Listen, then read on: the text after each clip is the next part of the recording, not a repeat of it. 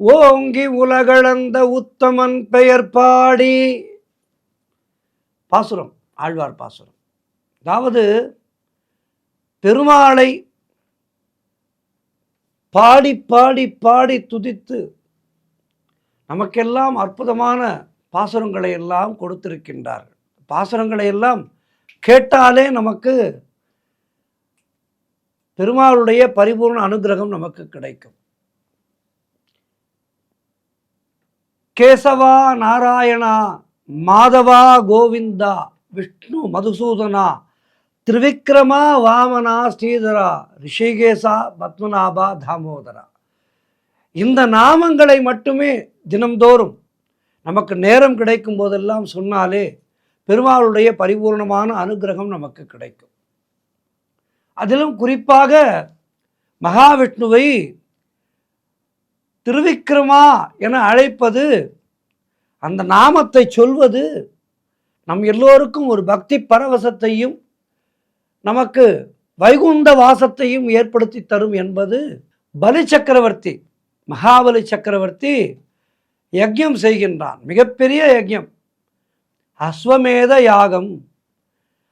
அதனை நர்மதை நதிக்கரையிலே செய்கின்றான்.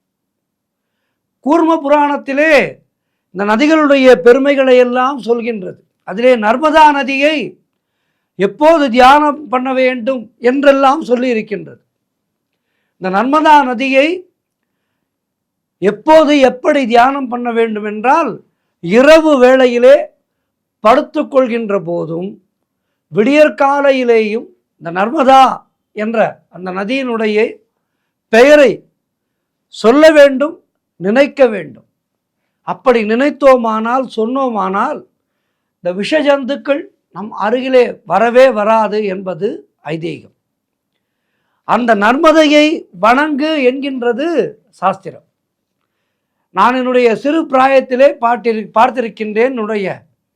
என்னுடைய அப்பாவின் அம்மா பாட்டி தினந்தோறும் இந்த ஸ்லோகங்களை எல்லாம் சொல்லி கொண்டுதான் குளித்து முடித்து ஜெபம் செய்வார்கள். ஆக இப்படிப்பட்ட நர்மதா நதி தீரத்திலே பலி சக்கரவர்த்தி யஜ்யம் செய்கின்ற போது வாமனனாக குழந்தை உருவமாக இந்த பரமாத்மா தோன்றினான். என்ன இந்த குழந்தை இப்படி மகா தேஜஸ்வியாக இருக்கின்றான் என்று பலி சக்கரவர்த்தி அந்த குழந்தையை பார்த்து அப்படியே சொக்கி போகின்றார். அந்த குழந்தையிடம் பேசுவதற்கு கூட தயங்கி தயங்கி சென்று பலி சக்கரவர்த்தி கேட்கின்றார்,